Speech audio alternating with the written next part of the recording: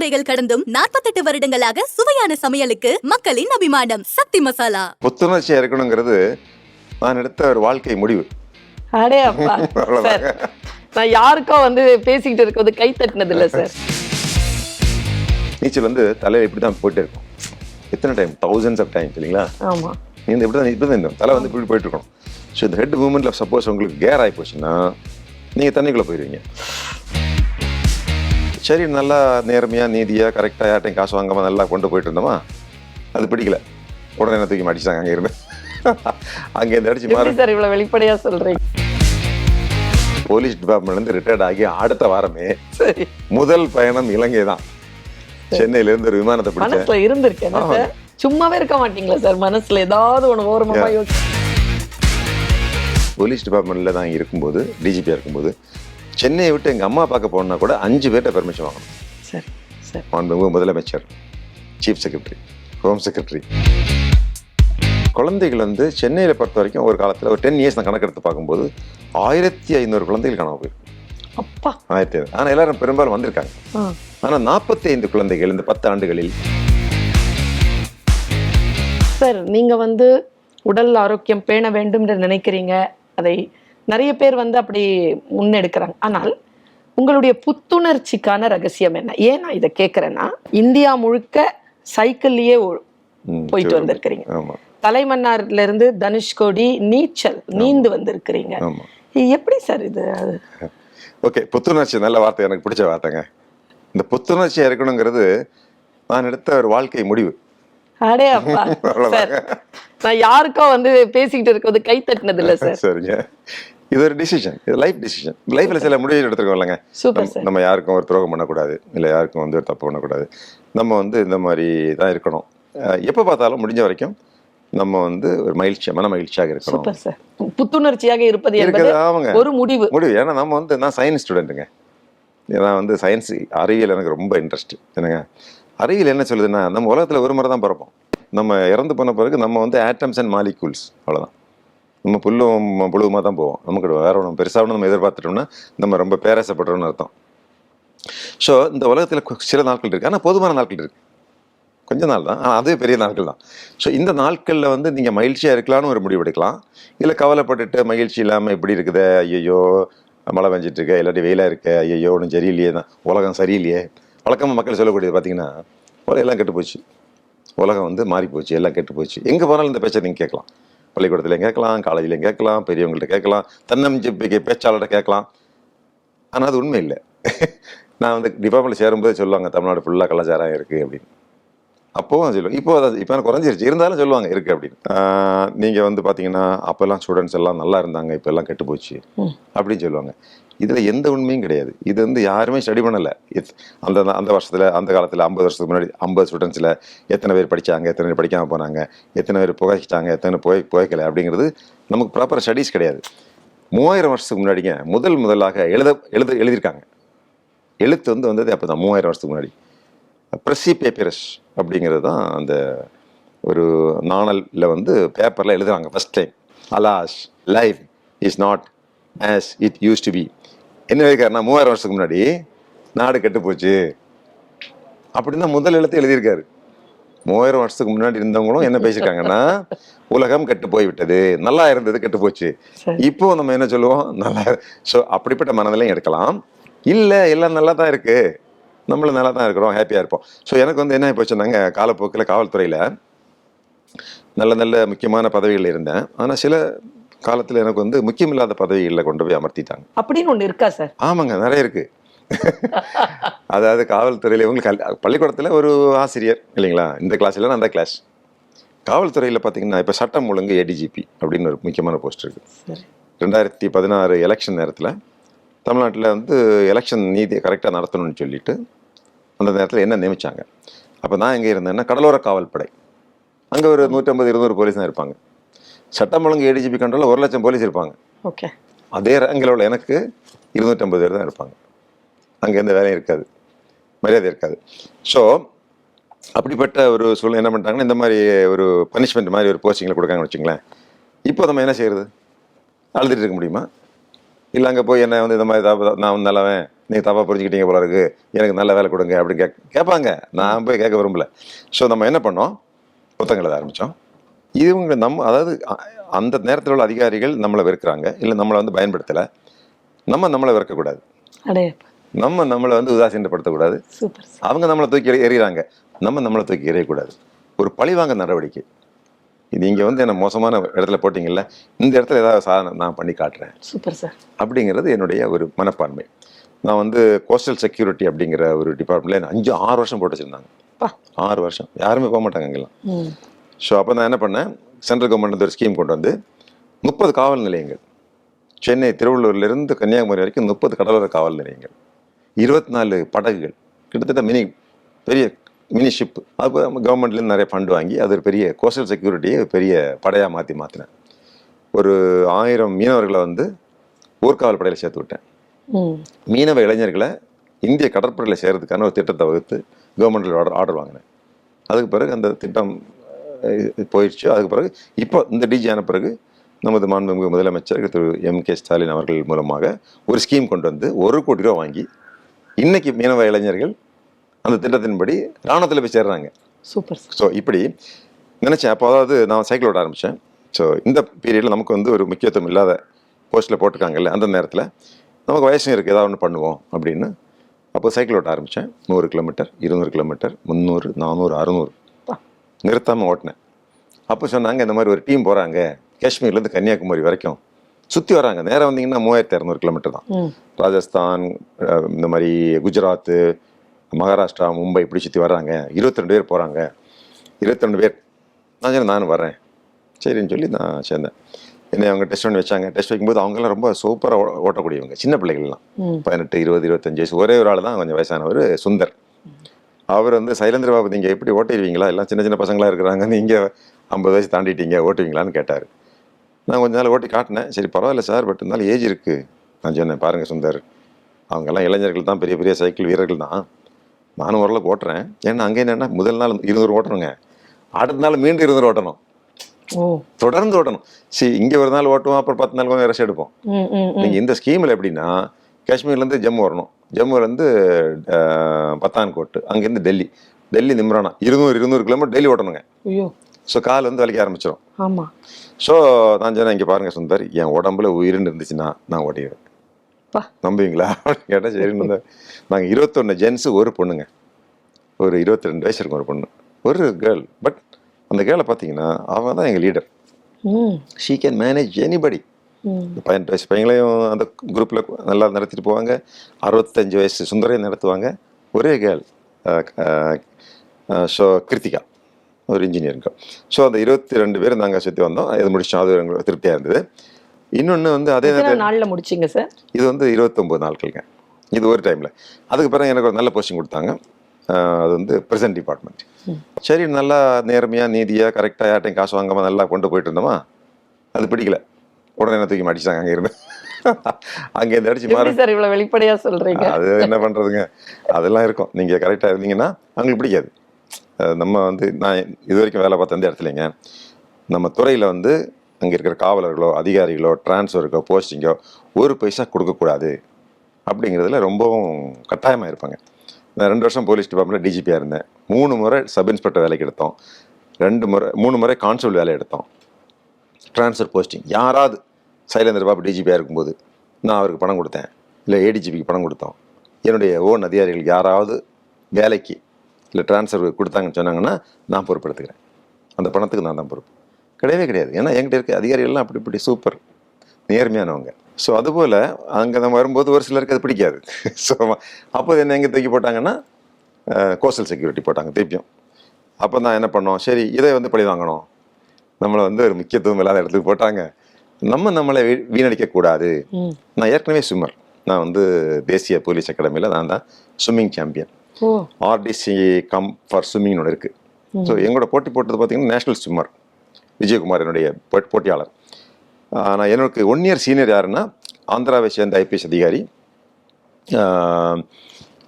அவர் வந்து ராஜீவ் திரிவேதி, அவர் தான் தேசிய ஸ்விம்மர். எனக்கு அவருக்கு தான் போட்டி. ஸ்விம்மிங்கில் வந்து நானும் அவராக தான். அவர் வந்து ஐஜியாக இருக்கும்போது இலங்கையிலேருந்து இந்தியாவுக்கு ஸ்விம்மிங் பண்ணி வந்தார். ஓகே, அவர் வந்து அவர் நல்ல ஸ்விம்மர். அவர் வந்து தலைமன்னார்லேருந்து தனுஷ்கோடி வரைக்கும் 28 கிலோமீட்டர் அவர் ஒரு 10 மணி நேரத்தில் வந்துட்டார்.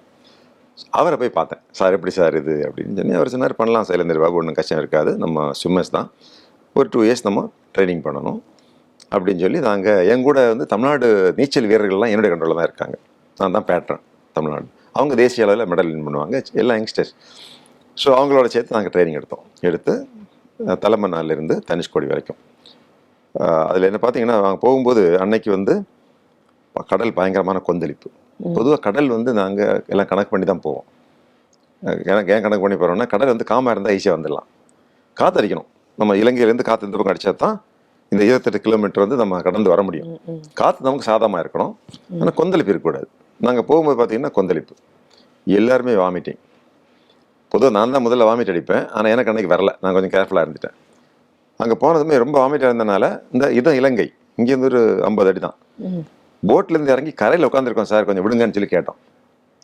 அந்த இலங்கை கடற்படையினர் ஓகே நீங்கள் உட்காருங்க சார்ன்னு சொன்னாங்க. இந்திய தூதரகம் இருக்கு பாருங்க, அவங்கள்ட்ட கேட்டாங்க அனுப்பலாமான்னு. அவங்க பண்ணவே பண்ணாதீங்க, அல்ல பண்ண. இங்கேருந்து போட்டில் போனோம், கரையில் இறங்கக்கூடாது, ஏன்னா அதுக்கு இமிக்ரேஷன் வேற ரூல்ஸ் எப்படின்னா, நீந்துறவங்களுக்கு இப்போ பல வருஷமாக நடந்துட்டு இருக்குது. நம்ம குத்தாலிங்க நடந்துனா நம்ம வந்து அந்த கரை இந்த மாதிரி இருக்கும், போட்டில் இங்கே இருக்கணும், அவங்க சொல்கிற நேரத்தில் போட்லேருந்து குதித்து நம்ம நீந்தி வரணும். ஸோ கொஞ்சம் பெர்மிட் பண்ணுங்கன்னா அவங்க பண்ணலை. 12 மணி இருக்குங்க, ஓரளவுக்கு கொந்தளிப்பாக தான் இருந்தது. ஏன்னா போட்டில் இருந்தால் கொந்தளிப்பு அதிகமாக இருக்கும். ஸோ 12 மணிக்கு நான் தான் முதல்ல குதிச்சு நாங்கள் மொத்தம் ஒரு 10 பேர் நீந்தி வந்தோம். அப்புறம் ஒரு 2 ஹவர்ஸில் எல்லாமே கொஞ்சம் காம் ஆகிட்டுது, வந்துட்டோம். வந்து இங்கே வந்து சேர்ந்தோம். ஆனால் ரொம்ப டஃப்பாக இருந்தது, நாங்கள் நினச்சதை விட ரொம்ப கடினமாக இருந்தது. 12 hours 30 minutes வந்தோம். அது ஒரு லைஃப்பில் ஒரு சிறிய சாதனை. எனக்கு ஒரு ஆசை என்னென்னா, நம்மளை எங்கே இறங்க முடியாதுன்னு சொன்னாங்களோ அந்த இடத்த போய் பார்க்கணும் ஒரு நாளைக்கு, சரி அப்படின்னு போலீஸ் டிபார்ட்மெண்ட்லேருந்து ரிட்டையர்ட் ஆகி அடுத்த வாரமே சரி முதல் பயணம் இலங்கை தான். சென்னையிலேருந்து ஒரு விமானத்தை பிடிச்சேன். இருந்திருக்கேன், சும்மாவே இருக்க மாட்டீங்களா சார், மனசுல ஏதாவது ஒன்று ஓரமாக யோசிச்சுட்டே இதை பார்க்கணும். அதாவது நம்ம வந்து போனோம், அதாவது இங்கேருந்து பார்த்துட்டோம் தலைமன்னார். அங்கே வந்து நேவி, அது அவங்களுடைய பியர், அவங்களுடைய அந்த லைட் ஹவுஸ் எல்லாம் தெரியுது. ஆனால் அங்கே போக முடியல, பெர்மிஷன் இல்லை, நீந்த மட்டும்தான் பெர்மிஷன். ஸோ முதல் விமானத்தில் அங்கே போயிங்க, ஜாஃபனாவுக்கு போய் ஜாஃபனாலேருந்து நேராக தலைமன்னார் போய் இந்த வீடியோலாம் வச்சுருக்கிறேன். சரி, முதல் வேலை ரிட்டையர்ட் ஆகி, ஏன்னா நீங்கள் வந்து போலீஸ் டிபார்ட்மெண்ட்டில் தான் இருக்கும்போது, டிஜிபியாக இருக்கும்போது, சென்னையை விட்டு எங்கள் அம்மா பார்க்க போனால் கூட 5 பேர்கிட்ட பெர்மிஷன் வாங்கணும். சரி சரி, முதலமைச்சர், சீஃப் செக்ரட்டரி, ஹோம் செக்ரட்டரி, இப்படிப்பட்ட ஒரு 5 இடங்களை சொல்லி தான் இந்த ஊரை விட்டு வெளியே போக முடியுங்க. அந்த அளவுக்கு நம்ம கட்டுப்பாடு. வெளிநாட்டுக்கு போனோம்னா home ministry, external affairs ministry, Tamil Nadu government.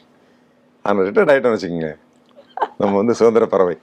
நேராக போய் அந்த தலைமன்னாரில் போய் ஒரு டீ கடையில் போய் டீ சாப்பிட்டு, சரி அங்கேருந்து நம்ம சென்னை, நம்ம ராமேஸ்வரம் எப்படி இருக்குது, ராமேஸ்வரம் வரைக்கும் தெரியாது, அந்த டைரக்ஷன் தெரியும், ஃபோட்டோ எடுத்துகிட்டு வந்தேன். ஸோ இதுபோல் நம்ம வந்து ஒரு கடினமான நமக்கு வந்து நமக்கு சிச்சுவேஷன், கால சூழ்நிலை நமக்கு பனிஷ் பண்ணாலும், நம்ம தப்பு பண்ணமோ இல்லையோ, நமக்கு ஒரு தண்டனை கொடுத்தாலும், நாம் நமக்கு தண்டனை கொடுக்காம நேரத்தை நம்ம பயன்படுத்தி ஏதாவது ஒரு திறமையை நம்ம வளர்த்து கொள்ளலாம் என்ற ஒரு தத்துவம் தான் என்னுடைய தத்துவம்.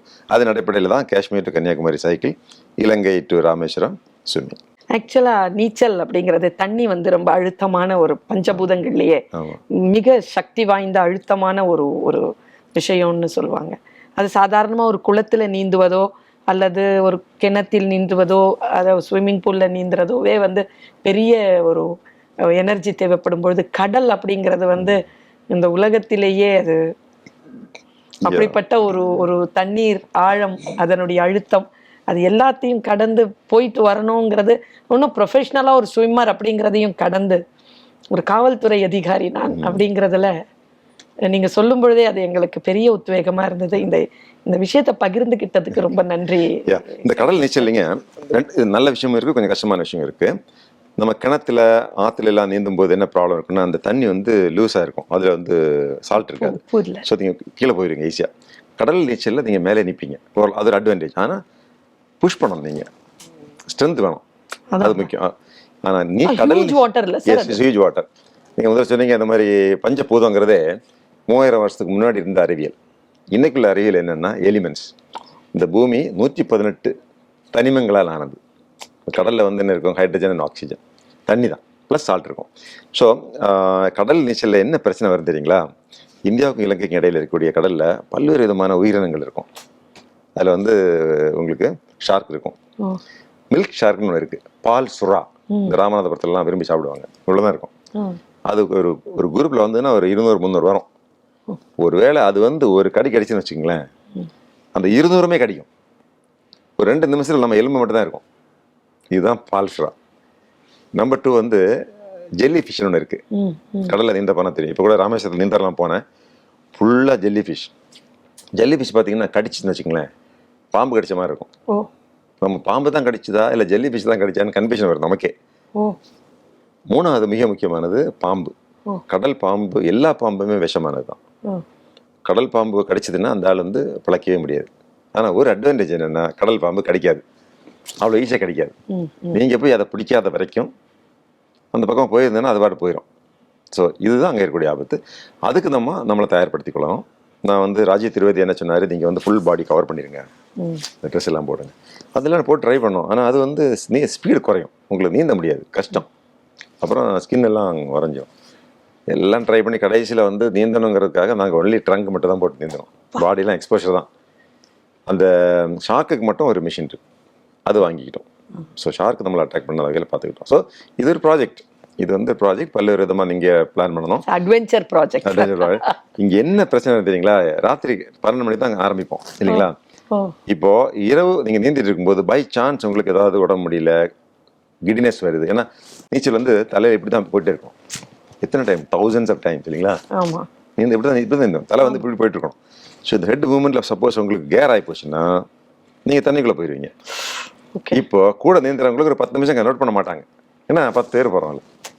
சரி, எல்லாரும் நீந்திட்டு இருப்பாங்க. ஸோ சார் வராருன்னு நினைப்பாங்களே தவிர நம்ம உள்ளே போயிட்டோம்னா அப்புறம் நம்மளை காப்பாற்ற முடியாது யாரும். அந்த ஒரு டேஞ்சர் மட்டும் இருக்கக்கூடாதுங்க. நம்ம நீந்தும் போது நமக்கு ஒரு மயக்கம் வந்துடக்கூடாது.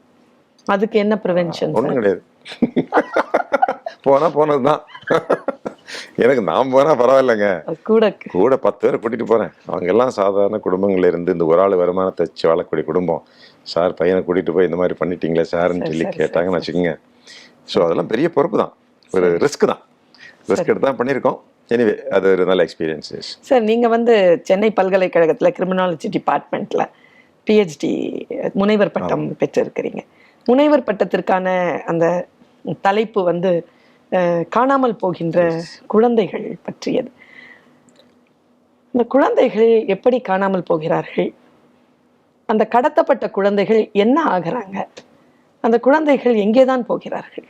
எஸ், இது வந்துங்க மிகப்பெரிய ஒரு கேள்வி. இந்த காவல்துறையில் அடிமட்டத்திலிருந்து கூட நான் வந்திருக்கிறேன். காவல் நிலையங்களில், எல்லா காவல் நிலையங்களையும் ஒரு பெண்ணை காணலை, குழந்தைய காணலை. அப்புறம் வந்துடுவாங்க, பெரும்பாலும் வந்து 90% வந்துடுவாங்க. ஆனால் வரதுக்குள்ளால் அந்த குழந்தை எவ்வளோ தூரத்துக்கு கஷ்டங்களை அனுபவிச்சு பாலியல் துன்புறுத்தலுக்கு ஆளாகி தான் திரும்பி வரும். பெரும்பாலும் ஒன்று யார் கூட போகிறாங்களோ அவங்க மூலமான ஒரு கஷ்டங்கள் இருக்கும். அவங்களா கிளம்பி போகிறவங்க பஸ் நிலையத்தில், ரயில்வே நிலையத்துல எல்லாம் பாலியல் துன்புறுத்தலுக்கு ஆளாகி தான் வர்றாங்க. நிறைய கம்ப்ளைண்ட்ஸ் பார்த்தீங்கன்னா, நிறைய பிள்ளைகள் வந்து பார்த்தீங்கன்னா ஆணாக இருந்தாலும் பெண்ணாக இருந்தாலும் பெரும்பாலும் ஒரு விதமான பாலியல் துன்புறுத்தலுக்கு எல்லா குழந்தைகளும் ஆளாகிட்டு இருக்காங்க அப்படிங்கிறதும் இப்போ நிறைய ஸ்டடீஸ் இருக்குது. டாடா இன்ஸ்டியூட் ஆஃப் ஃபண்டமெண்டல் ரிசர்ச்சில் என்ன சொல்லியிருக்காங்கன்னா, எந்த குழந்தையுமே வளர்ந்து வரும்போது ஒரு ஸ்டேஜில் பாலியல் தொல்லைக்கு ஆளாயிருக்கு அப்படிங்கிறது. சொந்தக்காரங்களே குழந்தைய கடத்திட்டு போய் கொலை பண்ணக்கூடிய, கொலை செஞ்ச கேஸை நான் விசாரிச்சிருக்கேன். சொந்தக்காரங்களே, இது பொறாமை.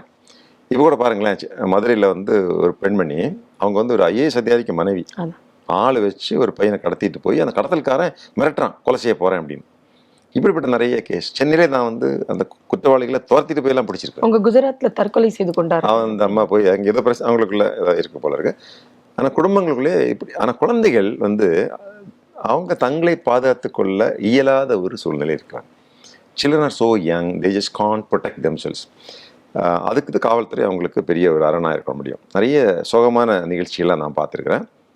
அதில் ஒரு நிகழ்ச்சி பார்த்தீங்கன்னா, ஒரு அம்மா வந்து ஆஸ்பத்திரிக்கு போகிறாங்க, ஒரு குழந்தைய கூட்டிகிட்டு போகிறாங்க.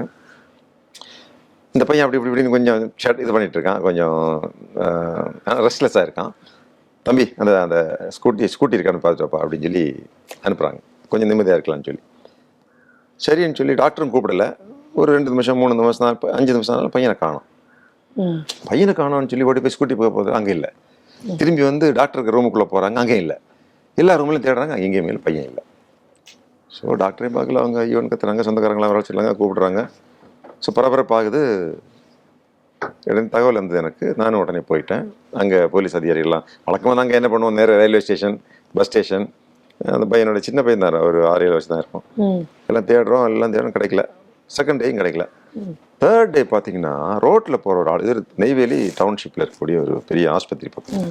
ரோட்டில் போகிற ஆள் வந்து சத்தம் கேட்குது, குழந்தை சத்தம் கேட்குது. அந்த ஆள் உடனே சோரியை குச்சி அந்த குழந்தைய கையில் எடுத்து அந்த குழந்தை அந்த ஆள் அப்படியே கட்டி பிடிக்குது.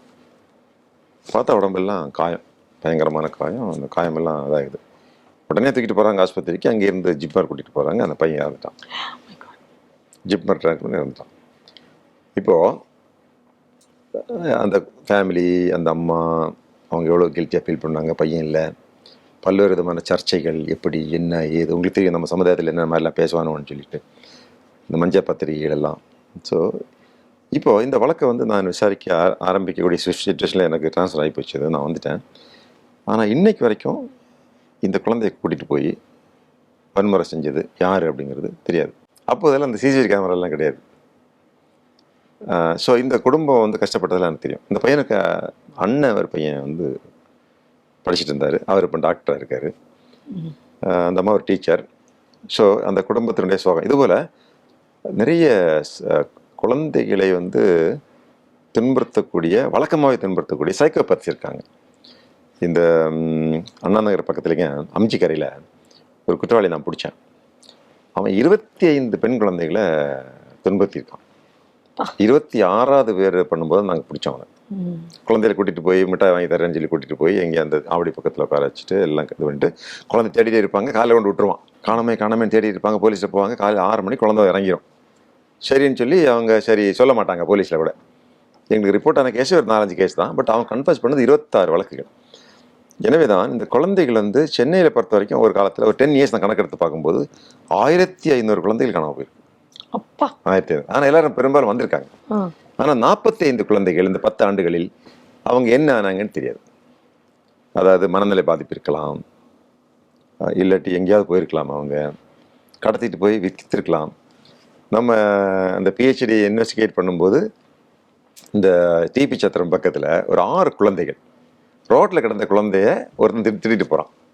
கொண்டு போய் ஏதோ ஒரு மலேசியன் அடாப்ஷன் அந்த ஏதோ ஒன்று இருக்குது, அங்கே விற்றுருவான் 1 லட்சம் ரூபாய்க்கு. அவங்க என்ன பண்ணியிருக்காங்க, அதை கோர்ட்டு மூலமாக வெளிநாடுகளுக்கு அடாப்ஷன் கொடுத்துருக்காங்க அப்படிங்கிறது செய்தி வந்தது. பிறகு அங்கே கண்டாக்ட் பண்ணி பார்த்தா அந்த பிள்ளைகள்லாம் ரொம்ப வளர்ந்து ஒரு 12 வயசு 13 வயசு பிள்ளைகள் ரொம்ப அருமையாக யூரோப்பில் வளர்ந்துட்டுருக்கு. ஹாலண்ட், அந்த ஊர்ல எல்லாம். பிறகு அந்த பேரண்ட்ஸு கண்டுபிடிச்சி லெட்டர்லாம் போட்டு என் குழந்தை வேணும்னு சொல்லி கேஸெல்லாம் போட்டாங்க. பட் கோர்ட்டில் என்ன சொன்னாங்கன்னா, அந்த குழந்தைகள் வந்து என்ன சொல்கிறாங்கன்னு பார்த்தா அந்த குழந்தைகள் இங்கே வர விருப்பம் இல்லை, அதுங்கெல்லாம் ரொம்ப அருமையாக அங்கே நல்லா வளர்ந்துட்டுருக்காங்க. அது ஒரு கோர்ட் தனி கேஸ் ஒன்று போயிட்டு இருந்தது.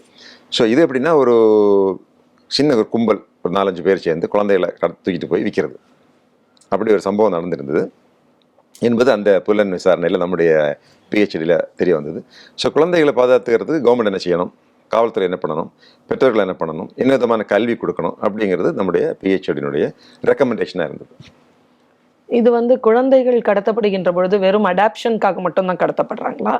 சைக்கோபேத் நீங்க சொல்ற மாதிரி பாலியல் ரீதியா துன்புறுத்திட்டு கொடுக்கறது அப்படிங்கிறது ஒரு புறம் இருக்க, உறுப்புகளுக்காக பெக்கிங், மும்பை கல்கட்டா மாதிரி இடத்துல குழந்தைய கொண்டு போய் இந்த கையை காலெல்லாம் இது பண்ணிட்டு அதை பண்ணிட்டு கண்ணை கெடுத்துருவானுங்க, கெடுத்துட்டு பிச்சை எடுக்க வைக்கிறது. பெரும்பாலும் இதுதான் மேஜர் வந்து இந்த மாதிரி டிராஃபிக்கிங். குழந்தை இல்லாதவங்களுக்கு அடாப்ஷன். மற்றபடி நம்முடைய விசாரணையில் அந்த மாதிரி உறுப்புகள் எடுத்த மாதிரி எந்த கேஸும் கிடைக்கல. பட் அதுக்கான வாய்ப்புகளும் இருக்கு. இப்போ 10 வருஷத்திற்கு முன்னால இப்போ நினைச்சாலும் மனசை பதற வைக்கிற ஒரு சம்பவம் வந்து ஒரு 2 பெண் குழந்தைகளை வந்து அந்த ஓட்டுநரே சிதைத்த ஒரு விஷயம். அதுல ஒருத்தர் என்கவுண்டர் பண்ணப்பட்டார். ஆமாங்க. இந்த சிக்கலை நீங்கள் எப்படி எதிர்கொண்டீர்கள்? அந்த தருணத்தை கொஞ்சம் நினைவுபடுத்த முடியுமா? எஸ், இது வந்து கோயம்புத்தூர்ல ஆக்சுவலி நான் கோயம்புத்தூருக்கு எதுக்கு என்ன போஸ்ட் பண்ணாங்கன்னா, உலகத்தமிழ் மாநாடு. உலகத்தமிழ் மாநாடு சிறப்பாக நடத்த முடிக்கணும் அப்படிங்கிறதுக்காக நான் பணியமர்த்தப்பட்டேன். அப்போது வந்து நிறைய அப்ரிஹென்ஷன்ஸ், 10 லட்சம் 15 லட்சம் பேர் வருவாங்க, கோயம்புத்தூர் தாக்கு பிடிக்குமா அப்படின்னு. ஸோ நல்ல முறையில் நாங்கள் பிளான் பண்ணி, அப்போது டாக்டர் கலைஞர் அவர்கள் தான் முதலமைச்சராக இருந்தாங்க. நான் அந்த மாநாட்டுல உமாநாத் பேசியிருக்கேன். பேசியிருக்கீங்க. மிஸ்டர் உமாநாத் தான் கலெக்டர். ஸோ பெரிய அளவில் சிறப்பாக நாங்கள் வந்து அரேஞ்ச்மெண்ட்ஸ் பண்ணி எந்த விதமான போக்குவரத்து பிரச்சனைகள் இல்லாமல் சட்டம் ஒழுங்கு பிரச்சனை இல்லாமல் நடத்துகிறோம். அந்த நேரத்தில் பார்த்தீங்கன்னா தீபாவளி நேரத்தில் ஒரு 2 குழந்தைகளை காணோம் அப்படிங்கிற ஒரு செய்தி. தீபாவளி 3 நாளைக்கு முன்னாடி குழந்தைகளை காணோங்கிறது அவங்க நமக்கு சொல்லவும் இல்லை. ஸோ ஊரு பூரா பேசுகிறாங்க 2 குழந்தைகளை காணோம் அப்படின்னு. சரின்னு சொல்லி நாங்கள் காவல்துறை விசாரணை நடக்குது. அப்படிங்கிற போது குழந்தைகள் பள்ளிக்கூடத்துக்கு போகிறதுக்காக வெளியே வர்றாங்க. ஸ்கூல் வேன் வருது, அவங்க ஏறி போகிறாங்க. அவ்வளோதான் நமக்கு தெரியும். ஆனால் ஸ்கூலுக்கு போகலை. ஸோ அப்புறம் நாங்கள் இமீடியட்டாக விசாரிக்க ஆரம்பிக்கும் போது அவங்க என்ன சொன்னாங்க, வழக்கமாக நேற்றுக்கு வந்த டிரைவர் வரல, 6 மாதத்துக்கு முன்னாடி ஒரு டிரைவர் இருந்தார், அந்த டிரைவர் தான் வந்து கூட்டிகிட்டு போயிருக்காரு. அப்போ அந்த டிரைவர் இங்கே ரோலில் கிடையாது. அப்போ அந்த டிரைவர் யாருன்னு கண்டுபிடிச்சி அவனுடைய மொபைல் நம்பர் கண்டுபிடிச்சி அந்த மொபைல் இப்போ எங்கே இருக்குன்னு சொல்லி உடனே தொழில்நுட்பத்தை கொண்டு வந்து பார்த்தா அவன் பொள்ளாச்சியில் இருக்கான். பொள்ளாச்சி பக்கத்தில் பரம்பிக்குளம் அந்த அழியார் நதி அந்த கனாலில் வந்து அந்த லொக்கேஷன் காட்டுது. உடனே நம்ம கம்ப்யூட்டர், இன்டர்நெட்டு, எல்லா கூகுள் எல்லாத்தையும் வச்சு அங்கே போய் அங்கே ஃபாலோ பண்ணி அந்த நபரை பிடிச்சிட்டோம். பிடிக்கும்போது அவனும் இன்னொருத்தனை பிடிச்சோம். ஆனால் அதுக்குள்ளால எல்லாமே முடிஞ்சு போச்சு. அவன் குழந்தைகளை கூட்டிகிட்டு போய் அந்த குழந்தைகளை பாலியல் துன்புறுத்துக்கு ஆளாக்கி அந்த முழு ஸ்டோரியை நீங்கள் கேட்டிங்கன்னா அது ரொம்ப ரொம்ப மனதை உருக்கக்கூடிய வகையில் இருக்கும். இந்த குழந்தைகளை அவன் சிதைச்சதும் இல்லாமல் கடைசியாக அந்த குழந்தை வந்து எப்படியாவது இவங்களை கொன்றணும்னு சொல்லி முயற்சி பண்ணி கிணறுல தூக்கி போட முயற்சி பண்ணுறான். உடனே என்ன பண்ணுறான், சின்ன பையன் ஒரு 8 வயசு இருக்கும்னு நினைக்கிறேன், அவனும் அங்கே அக்காவும் கட்டி பிடிச்சிட்டு அப்படி கரையில் உட்காந்துட்டான். என்னால் தூக்கவே முடியல. தூக்கி கிணறுல போடுறதுக்கு முயற்சி பண்ணும்போது முடியாமல் பண்ணுறாங்க. அப்போ அவன் என்ன பண்ணுறான், ஒரு தந்திரம் பண்ணுறான். தம்பி பரவாயில்ல, அந்த பொண்ணு கெஞ்சுது, இந்த மாதிரி வீட்டில் கொண்டு விட்டுரு அண்ணா, வீட்டில் விட்டுருண்ணா. சரின்னு சொல்லி விடுறோன்னு சொல்லி என்ன பண்ணுறானுங்க, அதை சாப்பிட வைக்கிறாங்க, நம்ப வைக்கிறதுக்கு. நீங்கள் சாப்பிடுங்க இப்போது.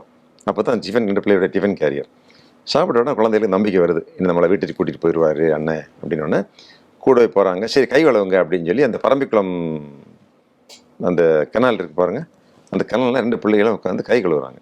அப்போ வந்து இந்த 2 பேருமே தள்ளி குழந்தைகளை பிடிச்சி தள்ளிட்டாங்க தண்ணியில். அதுகளுக்கு நீச்சல் தெரியாது. அது வந்து பெரிய ஸோ இதுதான் அந்த நிகழ்ச்சி. பட் உடனே நம்ம புலன் விசாரணை கரெக்டாக கண்டுபிடிச்சி இவங்களுக்கு அரெஸ்ட் பண்ணிட்டோம். அப்புறம் ஒரு குற்றவாளி வந்து அந்த போலீஸ் இன்ஸ்பெக்டருடைய துப்பாக்கியை பிடுங்கும்போது அவன் துப்பாக்கியை சுடப்பட்டான். ஆக்சுவலாக அந்த நிகழ்ச்சி நடந்தபோது கோயம்புத்தூரில் மக்கள் தீபாவளி கொண்டாடல. ஏன்னா துயரமான சம்பவம். தமிழ்நாடு ஃபுல்லாகவே இந்த அக்யூஸ்டெல்லாம் பிடிச்ச பிறகு அவங்க தீபாவளி கொண்டாடினாங்க. அந்த மாதிரி நிகழ்ச்சி. காவல்துறை பல நேரங்களில் என்கவுண்டர் நிகழ்த்தி அவர்களுக்கு தண்டனை வழங்குவது எந்த வகையில் சரி என்று ஒரு காவல்துறை அதிகாரியாக நீங்கள் நினைக்கிறீர்கள்? மதுரையில் மட்டும் கொலை குற்றங்களில் சம்பந்தப்பட்ட 1500 குற்றவாளிகள் இருக்காங்க. இந்த 1500 பேரையுமே காவல்துறை கண்காணிச்சே இருக்கும். நான் வந்து துப்பாக்கிச்சூடு நடத்தியிருக்கிறேன், பல இடத்துல நடத்தியிருக்கேன். காட்டுமன்னார் கோயில், பண்ருட்டி, சென்னை, இது கொடைக்கானல், இது போன்ற இடங்களில் துப்பாக்கிச்சூடு நடத்தியிருக்கேன். இறந்துருக்காங்க ஒரு இடத்துலையும். இது வந்து எங்களுடைய பணியின் நிமித்தமாக நம்ம பண்ணக்கூடியது.